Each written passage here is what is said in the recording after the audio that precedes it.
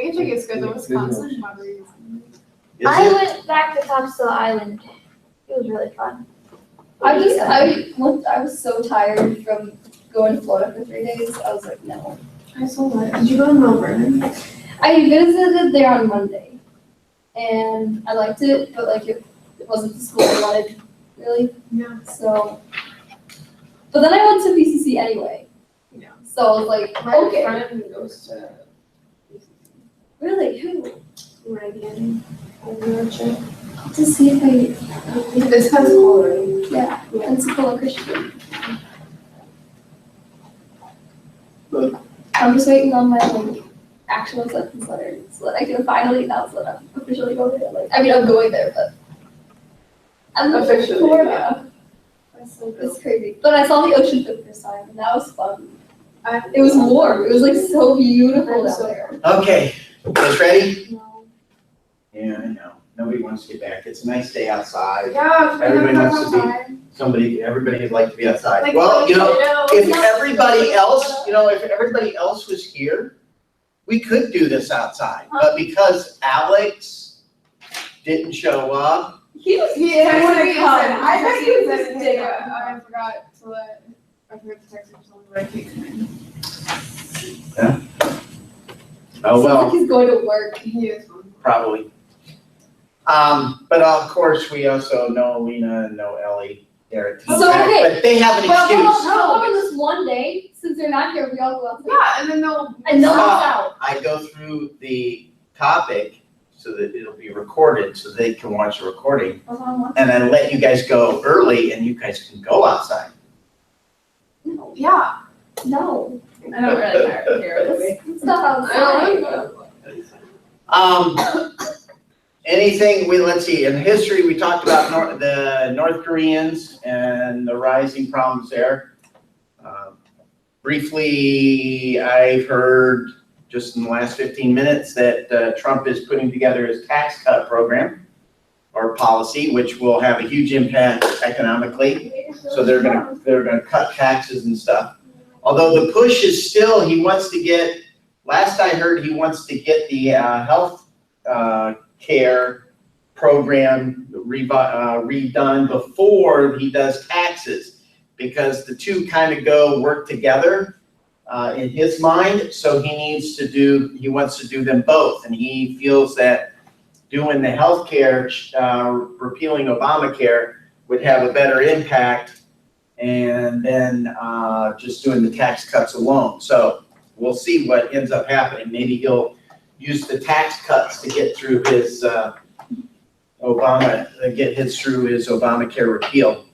Last I heard that the Obamacare repeal, the groups, last week they were meeting together.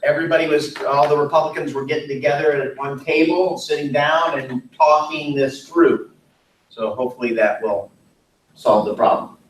Of course, I didn't hear in the brief time I was upstairs whether they caught the Facebook killer or not from Cleveland. They posted something on Facebook that said turn yourself in. They posted something on Facebook that said turn yourself into him. Oh. But I don't think they've caught him officially yet. Well, that's big of, how many likes did that get from I don't Facebook? know. Probably millions. Share. Oh, April the giraffe had her baby. Oh, did the giraffe Oh, yes, have her the baby? giraffe finally had a child. It was like the most watched video, live feed It's video. so around. dumb. Okay, so like Oh, I'm yeah, not watch a it. fan of it at all. I think it's stupid. But I was just like, everyone's freaking out about it, and like my whole Facebook feed is all about this giraffe. See? And I look at Mary Kay, I'm like, I cannot believe some company did not go out and buy the advertising space for $1 million and just have a little corner painted in the cage with their logo there, so that when you, Literally, okay, so our country went crazy over a giraffe being born. yeah, A giraffe. just wait, Just a random giraffe. just I wait. don't understand. It was like a random girl getting shot. True, I just, what is going on? anyway, Mary Kay, I Wow. told her like, hey, April had her baby. She's like, who? Well- Like she had no idea. Zero idea who this giraffe was. So the other one was, She's not even paying attention. the other one was, I was listening to a news story the other day. The guy went in and killed 2 people in a house, and then the story, at the end of the story and killed her, or, oh no, I know what it was. He went in there, what was he? Killed or beat up the girlfriend and poured bleach in the fish tank to kill her fish. It's like, oh my gosh, that's horrible. They're gonna charge him with the one weatherman's law, whatever I can't remember who was the name of the weather guy that was always the big animal lover. If he was It's on on Channel Fox, 8 I bet News. you would know. Yeah, she probably would. But it wasn't Fox, the big Fox News, it was Channel 8 Fox. Goddard, Dick Goddard, that was the name of the guy, the weather guy. He always had the Woolly Bear Festival, and so they named it animal cruelty law after him. There's another one, I think the guy went in and killed 2 people, and I loved how the news story came out, and he shot their dog. It's like, oh my gosh, I think people are probably more upset that they killed the dog. So we're a messed up country. But hey, just so you know, next November, December, maybe January, it might not be till January. The rhino up in Cleveland is pregnant, and she will be giving birth Oh, joy. in Crazy over that too. July. Exactly. They'll probably set up some camera, and you'll be watching her for, I think, what was it? Was it like a month? Cool. Was it a month? Well, it depends. If they come out horn first, I just think rhinos are cool. I don't care what the rest of them are. You know Um, what cool? They're pretty cool. I mean, true. So let's watch a baby elephant being born. How's that? Actually, okay, have you ever seen I feel like that is what you were staring at ferociously. yes. Look up the video for those who have not seen it. No, The giraffe giving birth? No, the seahorse giving birth. Oh. That. There you go. Yeah, let's show us something. That would be like yellow with It is possible. spots, like a hybrid. Well, it could, Kayla. actually, wait, it depends on the blood compatibility. It would depend on how compatible the blood is, because they could actually fertilize Okay, the we don't have to egg go into of this. This is a. economics. Okay, go. Wait, have you never, do you understand how this whole thing works, the birth and stuff? Sperm and egg? I have to have a chat with your parents. Oh my gosh. We We can't call it the birds and the bees. We can't call it the birds and the bees, we have to call it the giraffe and the elephants. This is why you're my favorite teacher. I know, does that make you laugh? Well, okay, so yeah, speaking of mass production, All right. some families more mass than others. Anybody here come from a large family? More than one kid? Yeah. Okay, so you're a large family. Actually, isn't it like, what, 2.5 kids in America is what it is? I still wonder where they get the half. Yeah, where they get the half a kid. Yeah, the half is. No, I don't know. I just made that up. Yeah, it's all statistics. So mass production, that all started, well, we're going back to history here, Eli Whitney and his idea of interchangeable parts. Remember, before Eli Whitney comes up with the idea of interchangeable parts, especially for the gun, each gun was handmade and custom made, and therefore it might have a different trigger size. Everything was so handmade that you couldn't, if your musket broke, you couldn't take the parts of from the other guy's musket and necessarily make it work on your musket. So the thing is Eli Whitney came up with this brilliant idea, other than the cotton gin, to have the idea of interchangeable parts. And so this leads to the idea of where we get mass production, which was really brought home by, anybody know?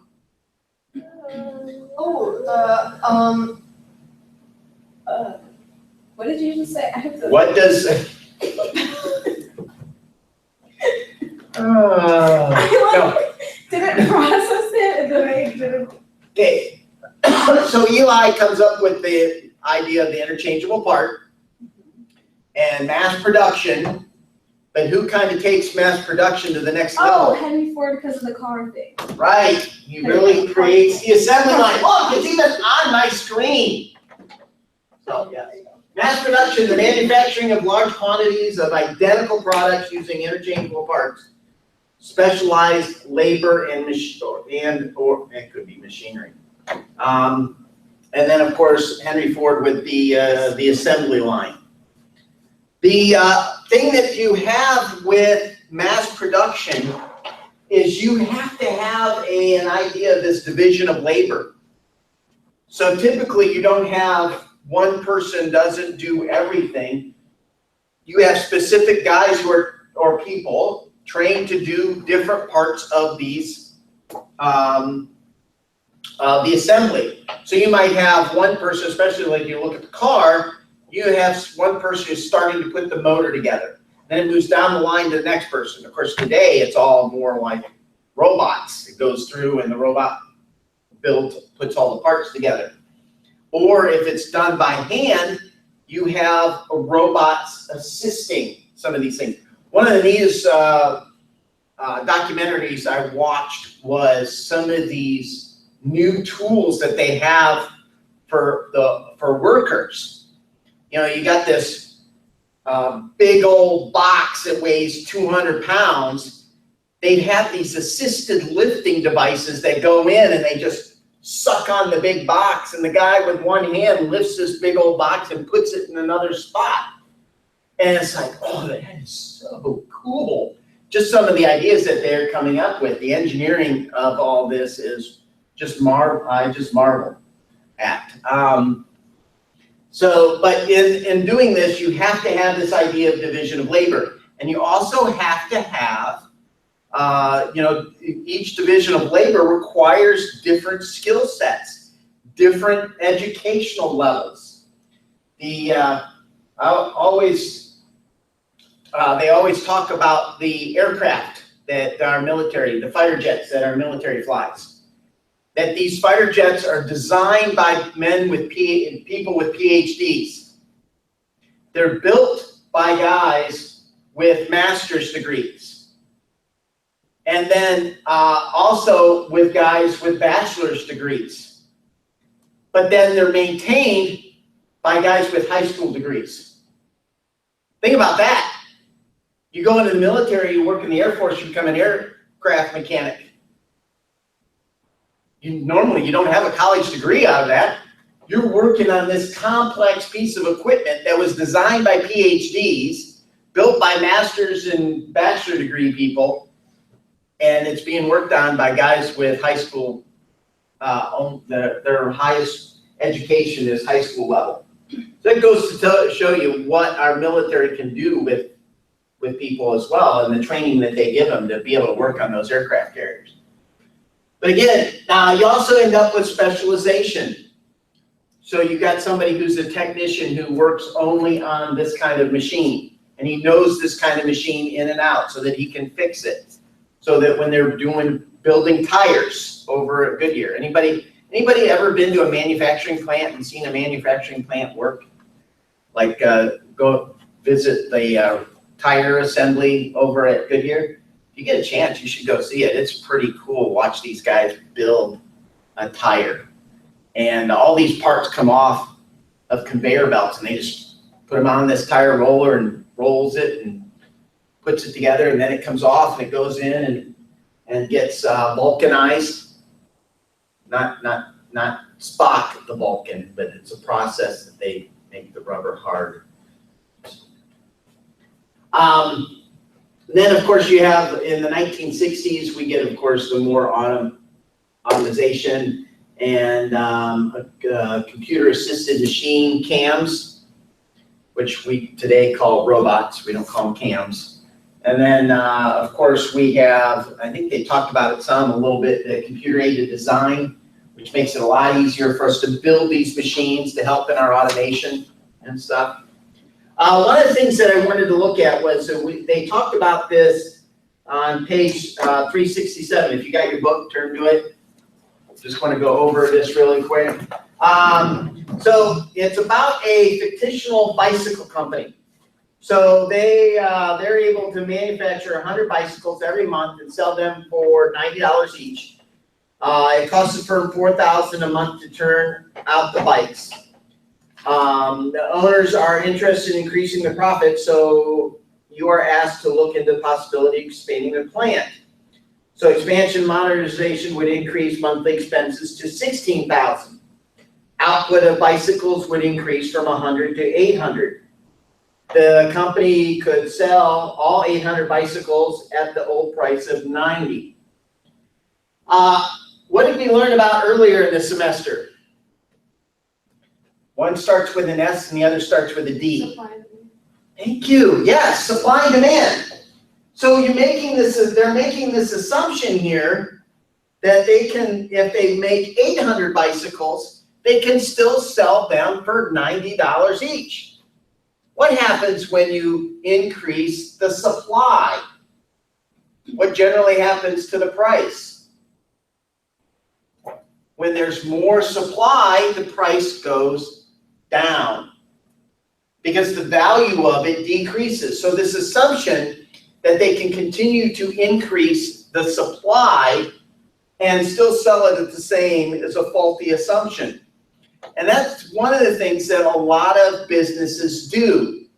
They go in and they say, okay, what if, or in other cases, well, let's raise the prices of something. A good example might be, let's say you own Cedar Point. Okay, you got all these great rides and you decide, wow, man, my goodness, we had 1 million people go through our park last year. That's awesome. Now think about it. If we could raise prices $20, we would make $20 million more dollars.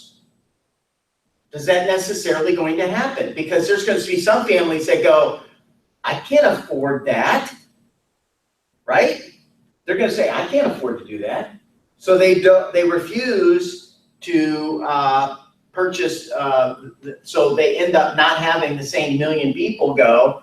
They might end up with 750,000 go through. Now, depending on what the price of those tickets were, you know, the $20 increase, that could actually, they could lose money increasing their costs. So this is one of the things that I think this does not do a very good job of deciding.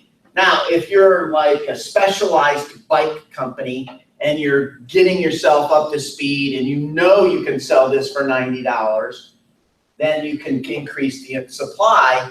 But what would figure that out is the demand, is there more demand for the 100 you're already making?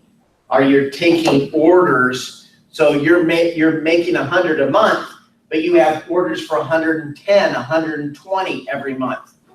Okay, well then maybe you go, yeah, we gotta expand the factory.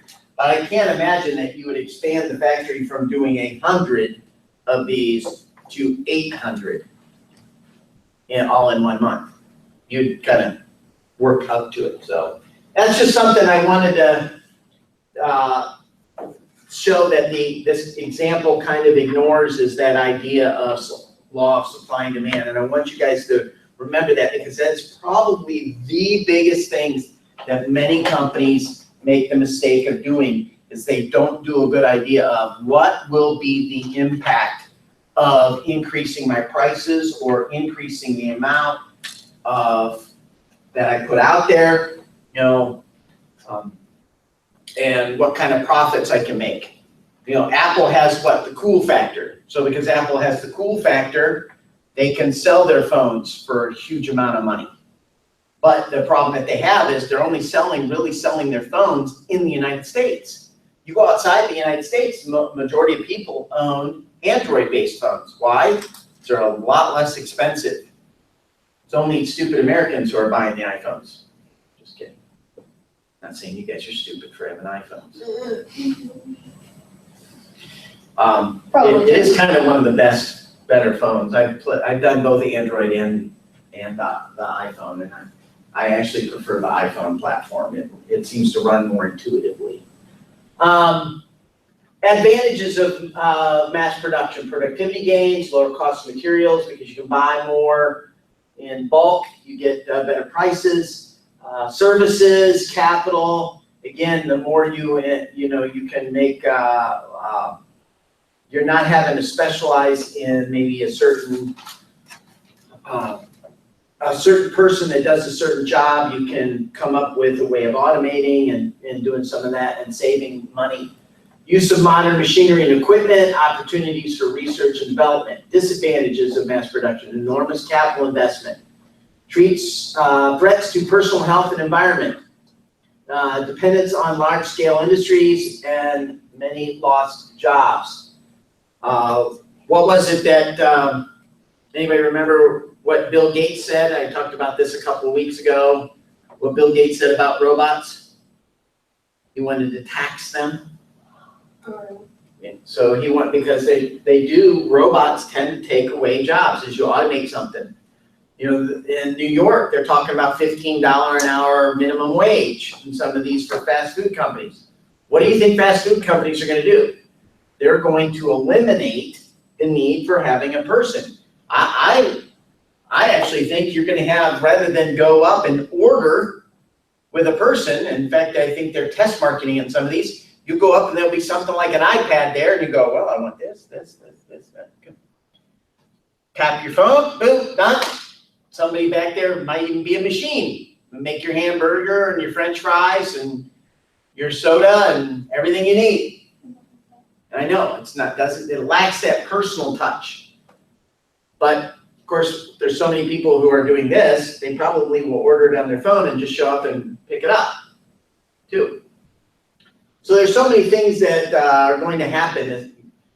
The next 5 years are going to be quite interesting, especially for you guys. You're getting close to graduate, go to college, maybe. I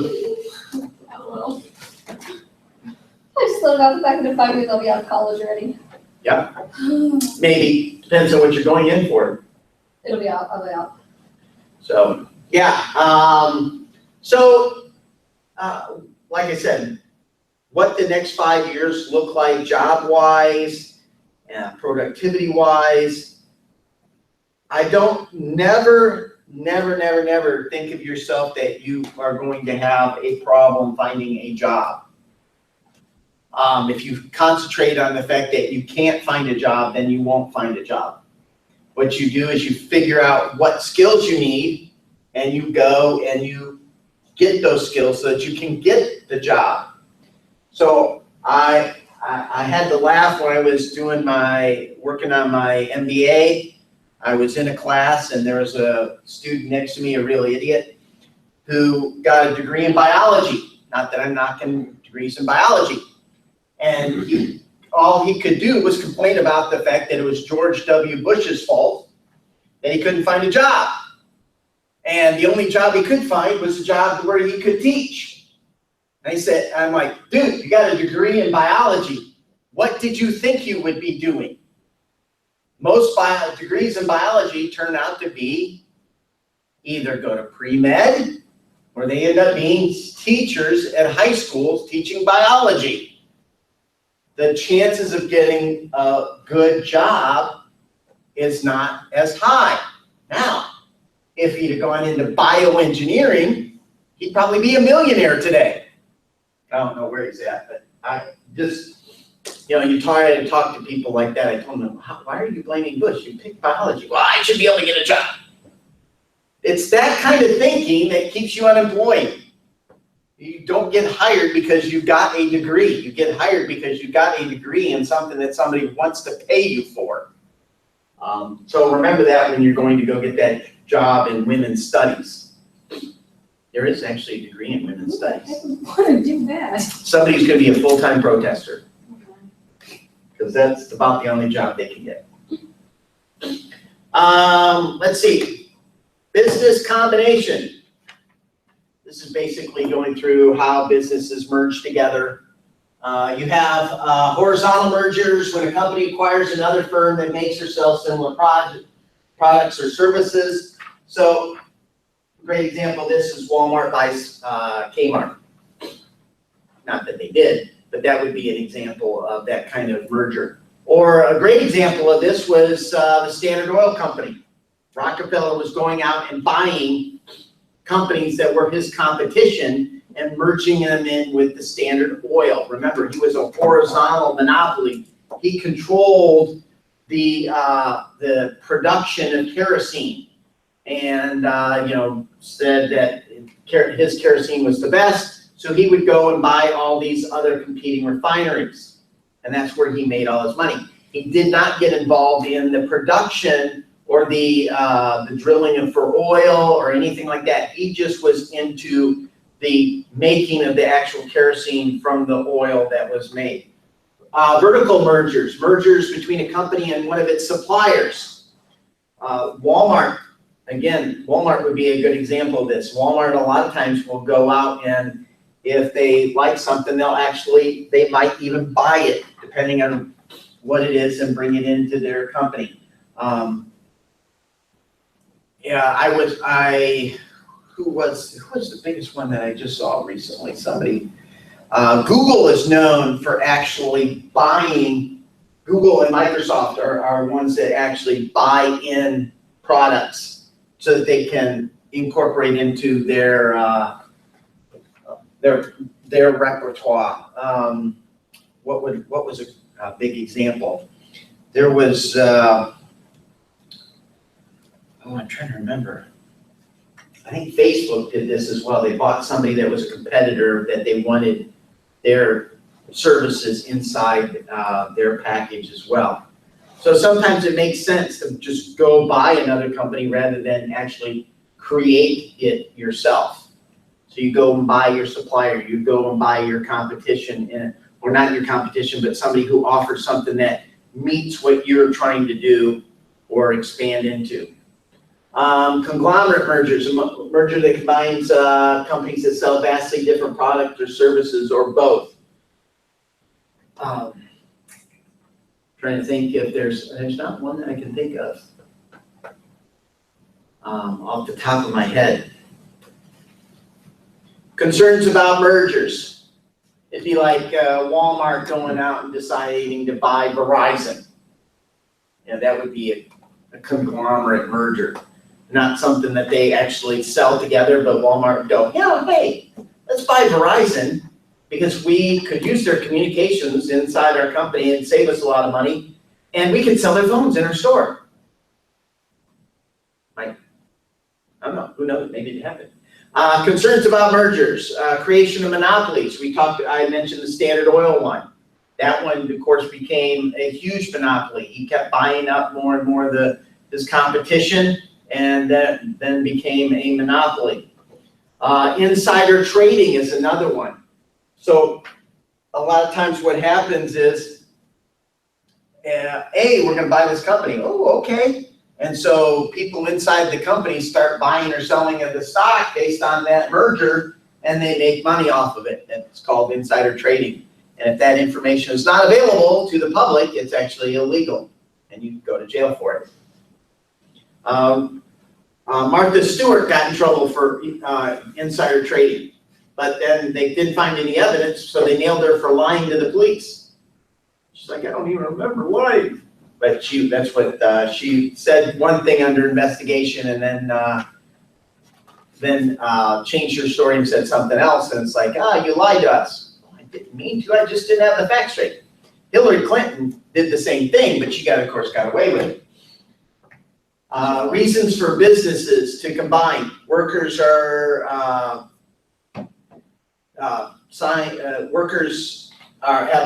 more efficient. They're assigned more efficiently to different tasks. Shared risk, reduce expenses, reduce or eliminate competition. That would be a reason to combine. So Walmart might want to buy Kmart just so that there's no competition, except for maybe Target. It is a French company, so you can call it Target. Target. Don't we know somebody who works at Target? All the wears. Yeah. Literally every Yeah. single one of them. Except for Caitlin. Yeah, but she's married and with a child. But she Yeah. did, she used to. See? So now All of David them. was at Target when I was there. Oh, David Weaver, which one? The one up at, Fairlawn? They're long, they all work there now. Wow. Maybe they should just change the name of the store to Weaver. Weaver. So that's the things, the problems with combination or the benefits is it immediately brings two markets together or two organizations that already have proven customers that would make things a little bit more efficient for them. The problem that you run into in today's day and age is that mergers can be very difficult because you got company A over here who does their financial and all their selling using software, one set of software tools. This company over here uses a different set of software tools. Well, that data does not communicate with each other. So one is when you merge with one company, you have to figure out which software are we going to use? Are we going to use the both software packages? And what does that mean for the organization? It can mean running two separate sets of books in some cases for some companies. But then once some companies merge, wouldn't like the people's jobs get risked too because they're one company, so they wouldn't have a need for? Correct. There's a lot of times, when companies merge, well, we've got this finance department here, and we got this finance department here. We don't need both. Get rid of that finance department. So they'll eliminate one of those finance departments. They may take a couple of the high achievers over in the other finance department and bring them in, but for the most part, they might eliminate a number of those people.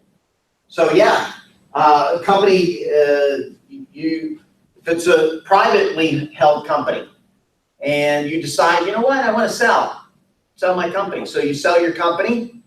Sometimes the buyer will come in and fire all of the managers and bring in his own managers. That happens no matter where you go. But that's a problem for employees. So mergers are not always good for the employee. It may be good for the stockholders or the business itself, but it might not necessarily be good for the employees. Chapter 26, government promotes and regulates, that'd be the bigger one, competition. In fact, in many respects, in our day and age today, government does not promote competition. Government hinders competition. Government, all these regulations they put on the businesses that start, they hurt the small business owner far greater than they hurt the big corporations. When there is a regulation on you have to do this kind of environmental impact study, who can afford to do an environmental impact study? The big corporation can. But if you're trying to start your own business and you only have $100,000 or $500,000 to start that company, and you have to meet this regulation and that regulation and this jump through all these hoops, it really makes it difficult for you to create your own business and start your own business. This is why corporations have a far greater advantage. And regulation costs us, and they have a cost associated with them to companies. Think of there are no, well, hopefully there might be, the Ford Ranger, small pickup truck, does not exist anymore. They don't make it. Why? No. I don't. Continue. The reason why Ford stopped making them is because Ford needed to remove a truck from their line because of government regulations on the miles per gallon that their combined fleet had to have. So what they do is they have what's called CAFE standards, which is the number of miles per gallon that their combined group of cars and trucks has to meet. Well, the problem that they had was Ford is if they had the Ford Ranger, the F-150, the F-250, the F-350, the Explorer, the Expedition, those all get really bad gas mileage. Well, President Obama, in his infinite wisdom, decided that we would had to have I think it was around 30 miles per gallon was where the average had to be. Well, what do you do if you're Ford? You can't have all these additional trucks, so they eliminate the Ranger. They eliminate this, and then they start making like the Ford Focus and some of these smaller cars that get really good gas mileage so that they can keep the F-150, which is like their big selling truck, and their 250 and 350. And then the other thing is they can get some of those, like the F-350, I think can be classified actually as I think it's just considered a commercial vehicle actually, and so therefore does not part of those standards so that they can manipulate some of these tolls. But this is the kind of things that environmental regulations and other kinds of regulations have on businesses. They make those regulations forced Ford to stop producing the Ford Ranger. What happened to those jobs? The plant that built the Ford Ranger, unless it built something else, closed. Just recently, Ford announced that they were cutting production of one of their vehicles. I don't remember which one it was, but basically they're talking about one of the plants up here in Cleveland is going to lay off a number of workers because they're not going to be building that vehicle anymore. So those kinds of things happen all the time.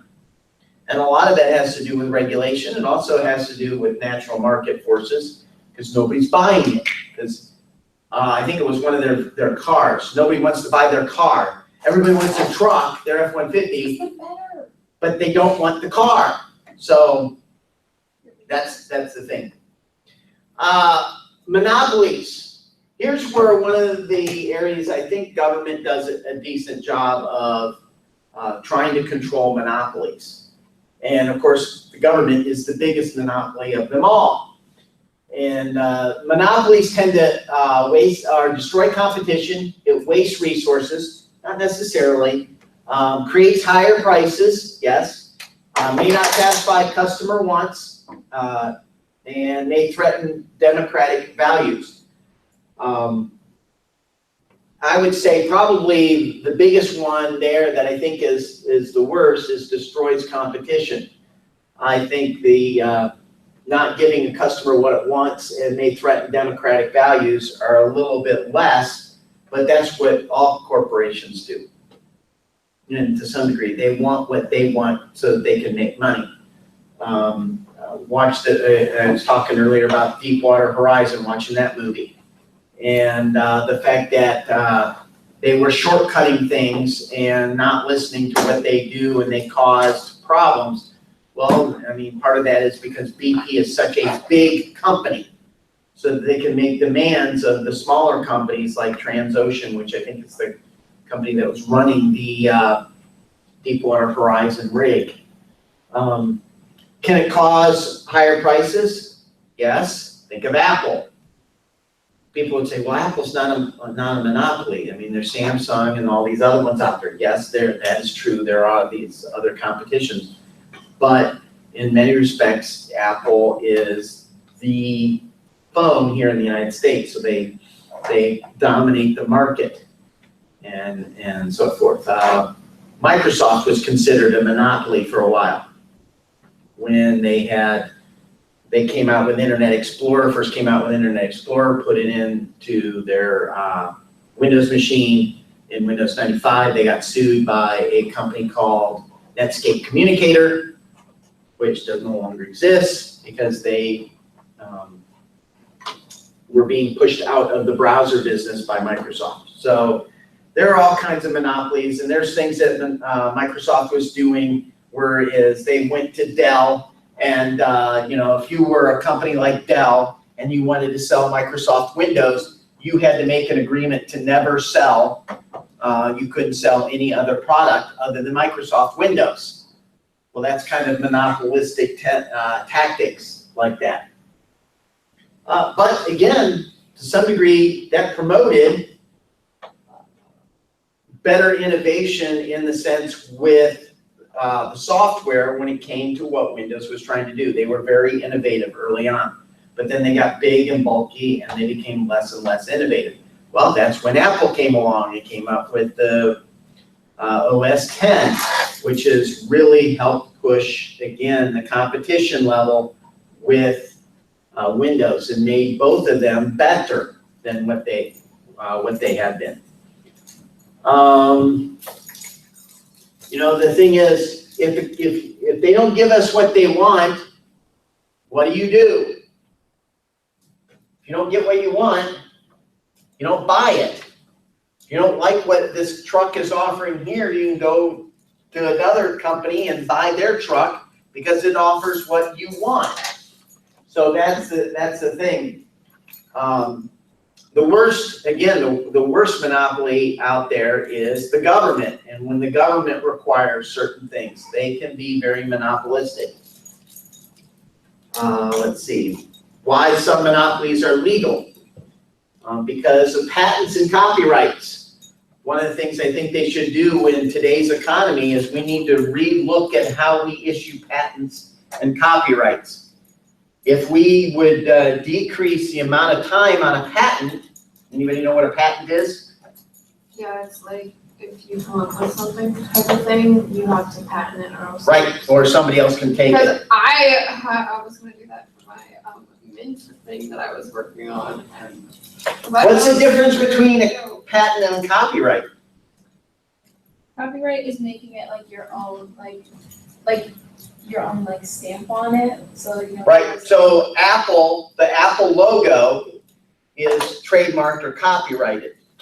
So you can't use that. So there was a company, I think it was in some small mom and pop market that had been around like 75 years. And they had the same logo as Apple. They've had this logo forever. It was the apple with the bite out of it. Apple sued them for breaching their trademark. And it's like, whoa, wait a minute here. That company had it before they did. Who do you think won? Apple. Yeah, I think Apple won, because Apple had the money. So that's the problem with big corporations too. Natural monopolies, public utilities. Why I hate public utilities. Although here in Ohio, it's nice, we have choice. So you can choose your gas company. You can choose your electric company. Unfortunately, you can't choose your water company. It's the city's water and city sewer. Thank you, City of Akron and the EPA for making my water rates go up. Government promoting competition. Well, of course, the government can do antitrust laws, regulatory agencies, state public service commissions, federal government agencies. So there's actually commissions that monitor what your utilities. They make sure. So actually, if Ohio Edison or First Energy, whatever they're called, comes up and says, you know what, we need to raise rates for our electrical, they have to go in front of a commission and get approval for their rate increases. So they have to get their rates approved every year. You also have the deregulation movement. You have the telephone deregulation, airline deregulation, and energy deregulation. I was talking earlier about the energy. You're now given the ability to make choices on which company you're going to use for energy. You know, you can buy your electrical, even though it comes across the same line, you can get your electricity from a different company. Also with the telephone, there used to be this company called, we would call it now today, Ma Bell. It was the Bell Telephone Company. It like controlled everything. Well, in the 80s, for deregulation, they required the the big Bell Corporation to break up into smaller corporations, where AT&T came from, and some of the Ameritech was one of the ones that was here. And there's a whole bunch of different smaller companies that came about that used to be part of the Bell Telephone. And of course, airline deregulation, which is why flights are so much cheaper these days. So that's We a like go to couple. Florida for like $40, like both ways. Yeah, and my mom's worried about my airfare and stuff for the next 4 years. I mean, yeah, I could take it. Well, it just depends. I know, sometimes when Christopher comes home, depending on how soon he gets his tickets, it can be anywhere from $250 to $500, depending on where you're flying from. So, of course, if you're flying United, you get bumped up, or no, was it United? Delta. Delta's saying if you get bumped from their flight, they're gonna give you up to $10,000. Yeah, right. That's not gonna happen. But they Publicity need to. stunt. Well, you guys heard last week about the United passenger, right, being dragged off the airplane? Yeah, well, it's a great PR move on his part. Take a couple of punches in the face and, it looked like he got punched in the face. Dragged off the airplane. The plane was overbooked, and so somehow they chose this one guy to like ask, hey, do you wanna switch flights? Well, And he refused, he said, no, I have to be there on this time, I can't wait any longer, So they started beating him up, dragged him off the plane. Well, what they do, so I heard some more to the story. There's so many different things. One was, one person filmed it and they showed the filming of him being dragged off. Then there was another person who filmed it, that this guy was actually daring the police officer to drag him off the airplane. That was probably what happened. He was probably kind of like, I'm not getting off this flight. Yes, sir, you need to get, no, if I'm getting off, the only way I'm getting off this flight is if you drag me off.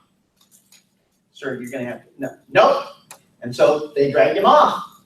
Why couldn't they just choose someone else? I don't know. right. Well, that There's so many tons of other people on that flight. so there was another couple that actually, they didn't get on the plane and got bumped. So they ended up not getting on their plane. They had to wait for another flight. Then their flight to this other place, they missed their other connection. So they had to stay in there. So the airline did not cover their hotel, did not cover except for the flights. And so they were pretty upset when the big thing that all United had to do was go, listen, and I actually voluntarily was bumped because one of the flights that I was on, they overbooked.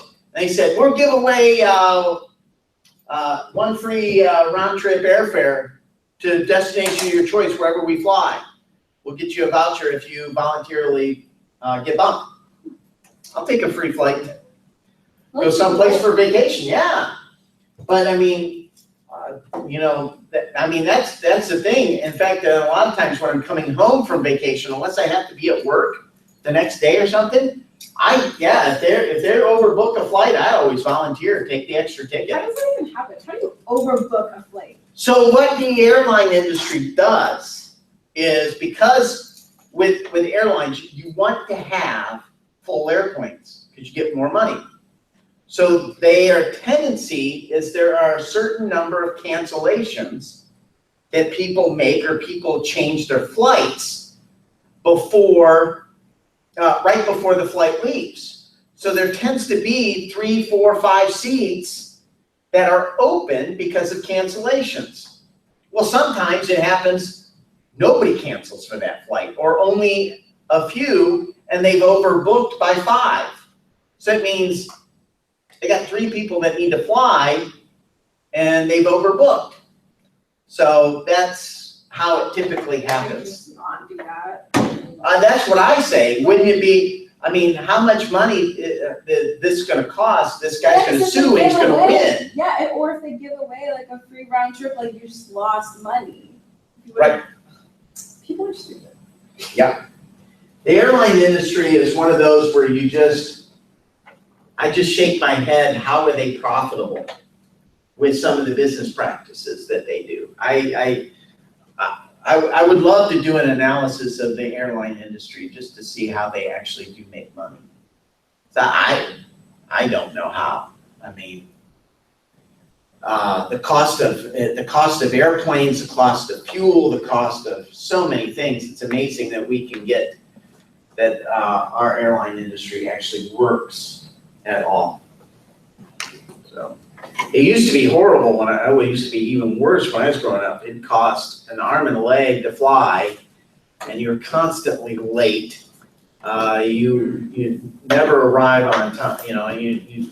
You wouldn't leave on time, you wouldn't arrive on time. I remember arriving in Atlanta one time with 10 minutes between my two Atlanta flights. is- That's horrible. Okay, Atlanta airport is huge for whoever like hasn't been down there. Yeah. It's generous. Yeah, so we had, when we went to New Orleans, we had a flight from like, I don't know, it was Cleveland to like one of the gates, whatever, it was like A or something, like way high up. We had to get to like gate like F or Yeah. something, and it was so far away, and we had to like get on the metro, we lost people, like the plane had to wait for all of us, like it was so bad. So if you've never flown to Atlanta, Atlanta is rows of terminals. So they have, it's a major hub for Delta. Yeah. And so it's just rows of terminals so that they can bring the planes in and go either side.